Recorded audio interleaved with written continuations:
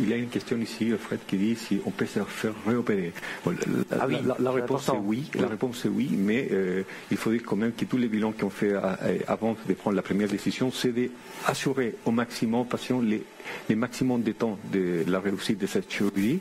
Mais il y a des patients, comme disait le docteur Blondel tout à l'heure, qu'on peut, quelques années plus tard, 5, 10 ans plus tard, parce qu'ils se sont faits très tôt, ils peuvent se faire réopérer plus tard.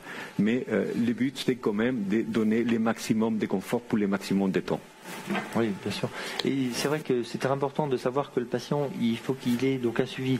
La chirurgie réfractive, c'est une chirurgie, c'est un suivi à vie, j'allais dire. C'est pas quelque chose dont on voit le patient, on s'en occupe plus. Effectivement, le va vieillir. Il peut y avoir des pathologies, notamment la question la plus fréquente, c'est quand même par rapport à la chirurgie de la cataracte. Eh bien, non, on n'a pas fait une bêtise de se faire un traitement de presbytie plus jeune, j'allais dire. Quand la cataracte se fera, on maîtrise bien, on sait faire la cataracte sans difficulté. Et inversement, on a même maintenant de nouvelles horizons qui s'ouvrent. On avait parlé tout à l'heure des implants diffractifs, des implants qui sont donc avec des anneaux, des espèces d'anneaux réfractifs qui donnent parfois des halos nocturnes.